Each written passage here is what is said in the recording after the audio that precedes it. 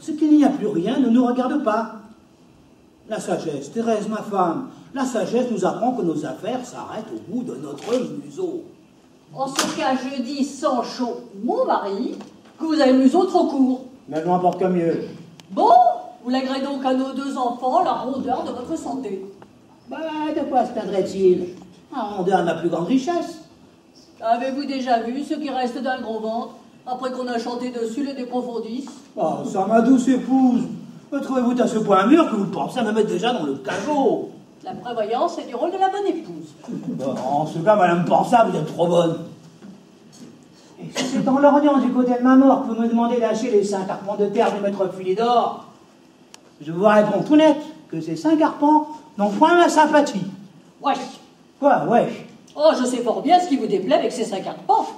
Madame, il me déplaît de les acheter, voilà tout. Point tant de les acheter que de les avoir. Bon, raisonnons, Thérèse, que ferais-je ce lapin? Tu le cultiverais, mon âme. Le cultiver, mais il est en friche. Oh, tu as une charrue. Ah, nous y voilà. Les bonnes idées des bonnes épouses.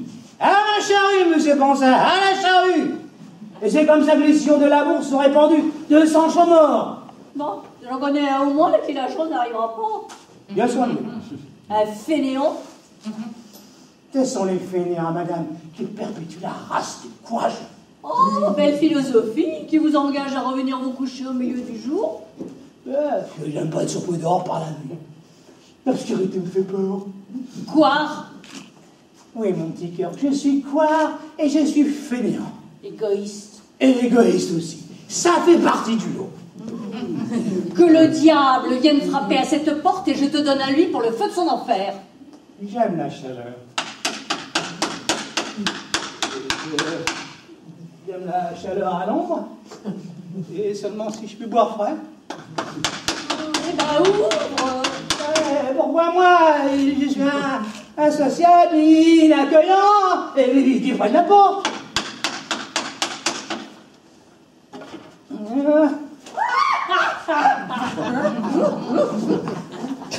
Fumez à la pilote, charmée. Qui êtes-vous? Sans vouloir vous offenser, c'est pas plutôt au visiteur de dire qui il est? Qui je suis? Est-ce que ça ne se voit pas? Si fait. Mais devant tant d'honneur, le doute m'envahit. Ne doutez plus, c'est bien moi. En vérité, Seigneur, je vous ai invoqué par ma adresse. Mille grâces, Señora. Personne au monde n'est plus impatient que moi de se rendre utile. Oh non, j'ai commis une erreur, j'ai besoin d'aucun service. Je suis très heureuse ainsi et j'aime de tout mon cœur ce sang chaud là. On a besoin comme de l'air que je respire. Pardonnez-moi, Seigneur, d'avoir ainsi pour rien détourné votre route. Nul ne peut détourner les routes des chevaliers errants, madame. Ces routes-là sont en général droites, et quand par hasard elles tournent, nous les redressons. Chevalier errant. C'est la grâce qui m'est faite. Ah, mais alors vous n'êtes pas... Allez-vous m'entretenir longtemps de ce que je ne suis pas, alors qu'il est si clair de voir qui je suis? Par Dieu, je vois bien que vous êtes chevalier errant. Je suis pas aveugle au point de vous prendre pour le diable.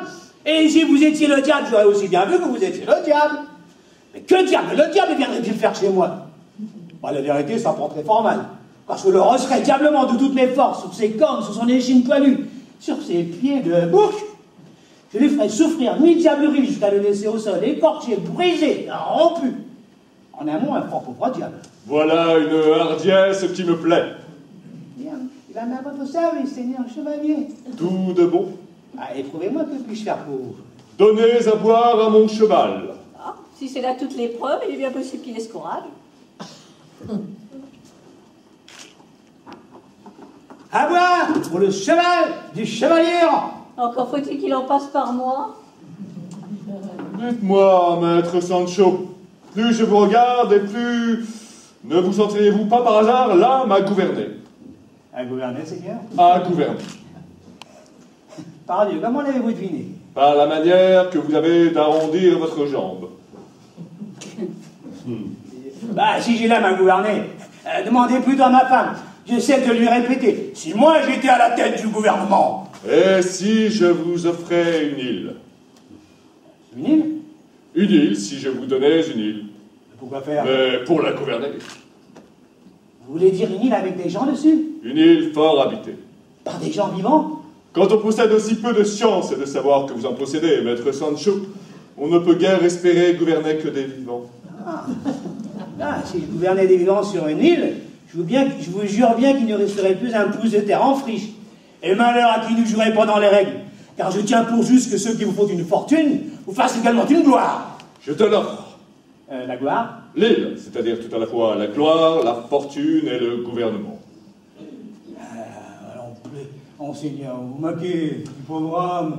Mon visage te donne-t-il à penser que je plaisante? Certes, non. Je t'offre cette île, Sancho. Vous êtes donc aussi bon que riche? Le monde m'appartient à quelque chose près dans son entier. Ah bah, en ce cas, je peux accepter cette île sans risquer de vous causer de tort. Où dois-je en prendre livraison? Je te la remettrai moi-même sitôt que je l'aurai conquise. Ah bon, parce que pour l'instant, cette île... Pour l'instant, je te l'offre. Ah bah c'est déjà quelque chose. Rien de plus facile, ami, que de conquérir une île. Je vous crois, Seigneur. Surtout avec toutes les ressources que j'ai là. Par Dieu, comme disait mon père, une idée dans les mains, c'est du haut. Une idée dans la tête, ça peut devenir une idée. Ton père était un sage, Sancho. Suis ses conseils quand, grâce à mes idées, nous aurons massacré les 20 ou 30 géants gardiens des archipels. Nous, Seigneur Chevalier? Moi, veux-je dire, de mémoire de chevalier, jamais écuyer n'eut droit à la vaillance. Ah, voilà une chevalerie intelligente qui a compris que les écuyers sont capables de tout gâter.